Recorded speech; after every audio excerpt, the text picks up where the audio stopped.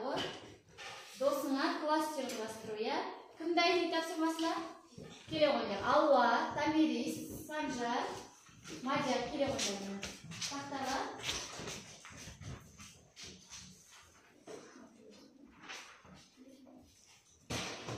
Бір-бірден жабыстыра қойдар. Тақтаға орындаларыз. Қалғанымыз дәптерге орындадық па еді? Қазір ауызша сұрайтын боламын. Bir-birine jastırıp jastırayım.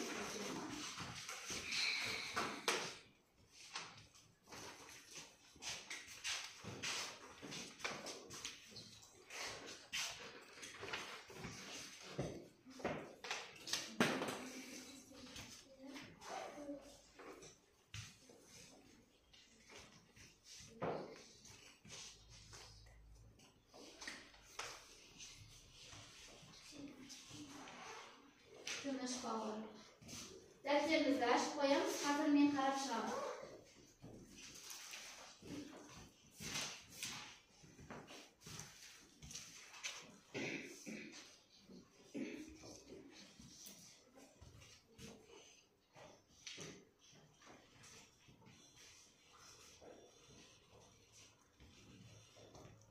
Балалар, тақтада оқушылар жазып болғанша орнымыздан айта қойайық. Кім айтады? Қуаныш айта ғой. Досың кім? Досыңа қандай кластер құрастырдың? Ол қандай? Айта ғой. Ол қандай? Ол сабақта жақсы оқиды. Сосын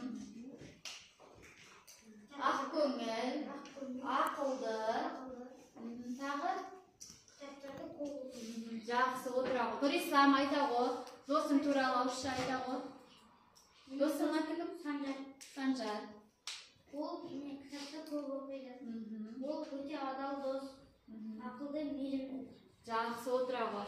Жақсы Тамирис болдың ба? Оқи ғой, көрсете ғой. Кім туралы жаздың? Сенің досың аты? Алуа. Алуа қандай? Ақылды, ақ көңіл, Ұқыпты, әдемі. Жақсы отыра ғой, жарайсың. Келесі кім болды? Алуа, оқи ғой. Мен досым Аяулым. Ол әдемі, ақылды, әдепті, мейірімді. Жақсы, өте жақсы отыра ғой. Келесі Санжар бізде болды. Санжар досың аты кім? Дидар. Дидар қандай? Ақылды, білімді, көңілді, ұқыпты. Жақсы отыра ғой. Келесі Ерхан. Мадияр, сенің досың аты? Ерхан. Ерхан, ол қандай? Ақылды, әдепті, ұқыпты, білімді, мейірімді. Жақсы балалар. Жақсы орнымызға отырайық. Жақсы үй тапсырмасын барлығымыз орындадық па? Жақсы балалар. Олай болса, бүгін жаңа тақырып өтеміз. Дәптерімізді ашып, күннің жадын жазып алайық. Жаңа тақырыбымыздың Қазақстанда ғылымның дамуы ғалым Қаныш Сәтбаев деген тақырып. Жазып алайық.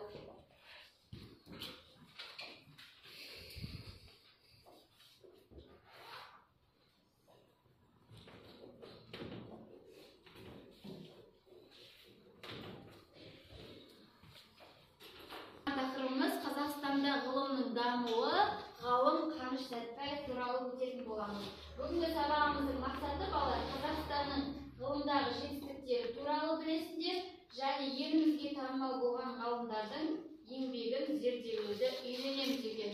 Бүгінгі сабағымыз балалар ғалым Қаныш Сәтбаев туралы болмақ. Мынау суретте бізде кім? Қаныш Сәтбаев екен. Енді қарайық. Қаныш Имантайұлы Сәтбаев 1899 жылы дүниеге келіп, 1964 жылы дүниеден өткен.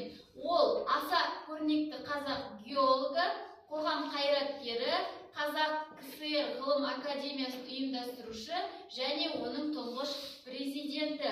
Қазақ КСР академиясының академигі, Қазақстандық металлогения мектебінің негізін қалаушы, туған жері бұрынғы Семей губерниясының Павлодар уезіндегі Ақкелін болысы, қазіргі Павлодар облысының Баянауыл ауданында дүниеге келген екен балалар. Енді қараймыз, Қаныш Имантайұлы Сәтбаев кім екен? Қазақ совет геологы, ғалым, қоғам қайраткері, Қазақ СССР ғылым академиясының ұйымдастырушысы, ғылым академиясының тұңғыш президенті, Кеңес одағының академик екен. Тәжікстан СССР ТК-ның құрметті мүшесі, Геология ғылымдар институтының директоры және КСРО жоғары кеңес депутаты екен балалар. Сонымен, Қаныш Сәтбаев кім болды бізде балалар? Ғалым, академик. Жақсы балалар. Олай болса, барлығымыз тақтаға қарап, слайдтарға көріп алайық. Оқырман қауым және желі қолданушылары. Қыркүйек ауылдық кітапханасы қашықтықта жұмыс жасай отырып, ұмытылмас ұлы тұлға тақырыбында Қаныш Сәтбаев жайында видеослайдты назарларыңызға ұсынамыз. Қаныш Имантайұлы Сәтбаев, геолог ғалым, минералогия ғылымының докторы, профессор, Қазақстан ғылым академиясының негізін қалаушы академик. Ол қазіргі Павлодар облысының Баянауыл ауданында 1899 жылы 12 сәуірінде дүниеге келген. Табиғатына зерек Қаныш Имантайұлы 1909-1911 жылдары өз ауылында орыс қазақ мектебінде оқып, 1918 жылы Семей қаласындағы семинариясын бітіреді. Семей қаласында өз ауылында мұғалімдік қызмет атқарып, 1920-1921 жылдар Баянауыл ауданында халық соты болады. 1921 жылы жазда Баянауылға емделуге келген Сібір өңірінің мәдени орталығы Томск қаласының технология институтының профессоры академик Михаил Антонович Усовпен танысып, қазақ жерінің геологиясы мен тау-кен байлықтар туралы әңгімелейді.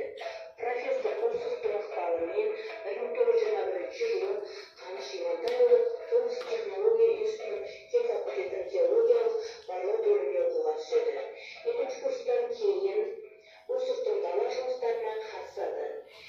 Институт бітірген соң ол туған еліне оралып, оның геологиясын зерттеуге, ғылыми ізденістердің нәтижесін өндіріске енгізуге зор үлес қосады.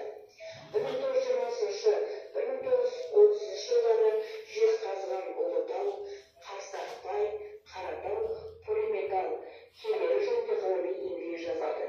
Академик Қаныш Сәтбаевтың көп қырлы талантының жарқын көрінісі ол ғылым жұмыстарының ұйымдастырушы болады.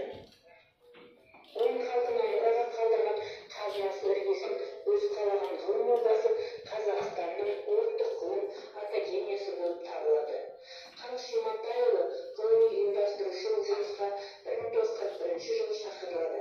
1943 жылдан филиалдың төрағасы қызметін атқарады. Сол жылы геология ғылымында үздік жетістіктері үшін КСРО ғылым академиясының корреспондент мүшесі, 1946 жылы толық мүшесі, академик болып сайланады. Ол өз негізін қалаған ұлттық ғылым академиясын 16 жыл басқарады. 1958 жылы Қаныш Имантайұлы Сәтбаев бастаған бір топ ғалымдарға орталық Қазақстанның кешенді металлогиялық және болжам карталарын жасаған үшін Лениндік сыйлық беріледі. Сарыарқа аймағында қара түсті сирек металлдардың жаңа кендері ашылады. 50-ші жылдарда ашылған кендер мен руда белгілерінің. Жақсы балалар, бұл біз Қаныш Сәтбаев туралы слайд көрдік. Енді осы бейнебаян бойынша мен сіздерге сұрақ қояйын. Қаныш Сәтбаев кім екен? Кім екен? Кім жауап берді? Орнына тұрып жауап береді. Ерхан? Геолог, ғалым, академик. Енді Қаныш Сәтбаевтың туған жері қай жерде туылды? Кім айтады? Айтауы. Павлодар уезі, Ақкелін, Болысы, Баянауыл ауданында. Жақсы. Қай жылы дүниеге келді? Кім айтады? Қай жылы дүниеге келді? Бір ислам айтауы. Қаныш Сәтбаев 1899 жылы дүниеге келіп, 1964 жылы дүниеге келді. Жақсы балалар. Бейнебаян бойынша түсінікті ма сіздерге? Олай болса балалар 46-шы бетті ашайық. Бастап оқи қояйық. Кім оқиды? Кім оқиды бізде? Оқиды. Дауысын шығарып қалғанын жүргізіп қарап отырамыз. Академиясы ашылды. Ғылым Қаныш Сәтбаев оның тұңғыш президенті болды. Биология, медицина, тарих, археология, тіл, әдебиет, өнер және экономика тағы басқа салаларында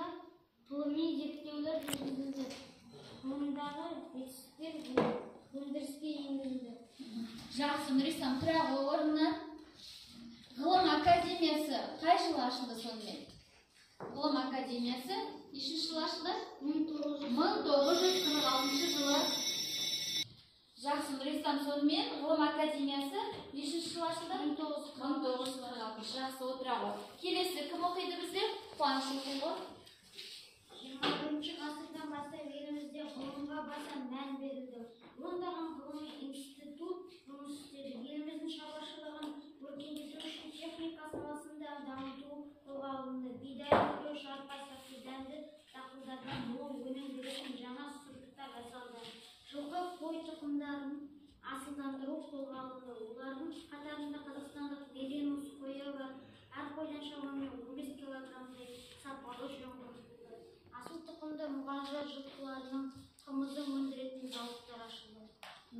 Жақсы, тұра ғой, Қуаныш орнынан сұрақ қояйын. Яғни 21-ші ғасырдан бастап елімізде ғылымға баса мән берілді, балалар. Соның ішінде қандай өнімдерге жаңа сұрыпталы жасалды, қандай өнімдер пайдаланылды? Бидай, Күріш, арпа сияқты дақылдардың жаңа сұрыптары не істеді? Жасалды екен. Жақсы, отыра ғой. Келесі кім оқиды? Оқи балалар. Еліміздің табиғи байлығын зерттеуге зор еңбек сіңірген ғалым Қаныш Сәтпаев 1899 жылы дүниеге келіп, 1964 жылы дүниеден өтті. Қаныш Сәтпаев орталық Қазақстанда жезқазған мыс кенінің қорын ашқан геология ғылым, жезқазған мен металлургия комбинат, Қарағанды мен Балқаштағы металлургия зауыттарының ерен еңбегінің нәтижесін салған. Жақсы, сонымен Қаныш Сәтпаев кім болды бізде? Ғылым, геолог, академик екен, иә? Еліміздің табиғи байлығын зерттеуге зор үлес қосқан ғалым екен. Жақсы, отыра ғой. Келесі кім оқиды бізде? Бекнұр оқи ғой. Қаныш Сәтпаевты. Елімізде Қаныш Сәтпаевтың еңбегі жоғары бағаланады. Қазақстандағы ең ірі жоғары техникалық оқу орны Қазақ ұлттық техникалық зерттеу университетінде күн жүйесіндегі Марс пен Юпитер ғаламшарларының орбиталары аралығындағы шағын ғаламшарға Сәтпаев есімі берілді. Қаратаудағы Ваннадий қоймаларынан табылған Сәтпаев минералының есімі аталады. Ғалымның 100 жылдық мерейтойына орай ЮНЕСКО-ның 1999 жылы Қаныш Сәтпаев жылы деп жарияланды. Жақсы, енді саған сұрақ, Бекнұр. Қаныш Сәтпаев жылы деп қай жылы жарияланды және неліктен? 100 жыл мерейтойы. Ғалымның 100 жылдық мерейтойына орай, нешінші жылы? 1999 жылы, яғни Қаныш Сәтпаев жылы деп жарияланған екен. Жақсы, балалар, отыра қояйық. Тақырып түсінікті ма жаңа тақырып? Бізде жаңа тақырыбымыз, яғни Қаныш Сәтпаев және Қазақстандағы ғылымның дамуы туралы екен. Олай болса, дәптермен жұмыс жасай қояйық. Дәптерімізді ашып, Қаныш Сәтпаевтың кластерін құрастыра қояйық. Яғни ол кім, қандай қасиеттері бар, Қаныш Сәтпаевтың кластерін құрастыра қояйық. Дәптермен жұмыс. Қаныш Сәтпаев кім болды? Ғалым, қоғам қайраткері, геолог, академик, КСРО-ның жоғарғы кеңес депутаты, көрнекті маман болды. Жаза қояйық.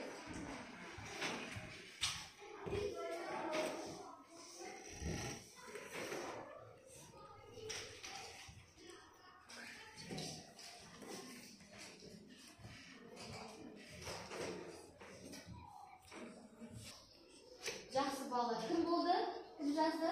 Бекнұр, оқи ғой. Қаныш Сәтпаев. Қаныш Сәтпаев геолог, академик, көрнекті ғалым, қоғам қайраткері. Жақсы, отыра ғой. Жарайсың, тағы кім? Қуаныш, оқи ғой. Қаныш Сәтпаев геолог, ғалым, қоғам қайраткері, академик. Жақсы, тағы кім оқиды? Кім дайын? Нұрислам. Қаныш Сәтбаев ғылым биолог, академик қоғам қайраткері. Жақсы, Мадияр, оқиғы орнына. Қаныш Сәтбаев биолог, академик қоғам қайраткері, құрметті ғалым. Жақсы, тағы кім оқиды? Ұлжан, оқиғы. Қаныш Сәтбаев қоғам қайраткері, биолог, академия, құрметті ғалым. Жақсы, отыра қояйық балалар. Жақсы, барлығымыз да жаздық па? Олай болса балалар, қазір сіздерге кішкене мәлімет оқып кетем, мұқият тыңдайық. Қаныш Сәтбаевтың өз халқына, туған жеріне деген махаббаты ерекше еді. Қаныштың Ұлыбританияның премьер-министрі Уинстон Черчиллмен кездескендегі әңгімесі ел аузында сақталған. Алып тұлғалы қазақты таныстырған сәтте Черчилл қазақтардың бәрі сіз сияқты биік пе деп сұрайды. Сонда Қаныш Сәтбаев байсалдығымен халқым менен де биік деген екен. Яғни балалар осы жерде халқым менен де биік деген сөзді қалай түсінесіңдер? Кім түсіндіріп береді маған? Халқым менен де биік. Нұрислам. Халқым менен де биік деген, халқым менен де ақылды, менен де жақсы, менен де мықты. Жақсы, өте керемет балалар. Жақсы. Олай болса балалар, бүгін сабақты қорытындылай келе, сабаққа жақсы қатысқан оқушыларды бағалап кетейін. Нұрислам, Тұрағұл, Нұрислам, Мадияр, Ұлжан, Бекнұр, Дидар, Санжар, Қуаныш, Алуа, Камелис. Міне осы оқушылар жақсы деген баға алдыңыздар. Барлығыңызда жақсы қатыстыңыздар. Отыра қойыңыздар орныңызға. Енді жаңа сабағымызды қорытындылайық балалар. Сонымен жаңа сабағымыз кім туралы болды? Қаныш Сәтбаев, биолог, академик, ғалым екен. Жақсы балалар. Егер тапсырма жазбала қояйық.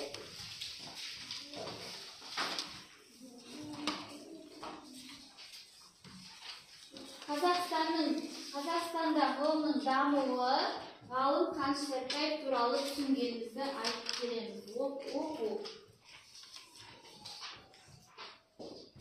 Оқып түсінгенімізді айтып келеміз. Жақсы балалар. Сонымен жаңа сабақ түсінікті ма сіздерге? Жоқ. Олай болса орныңыздан тұрайық. Сабақ аяқталды.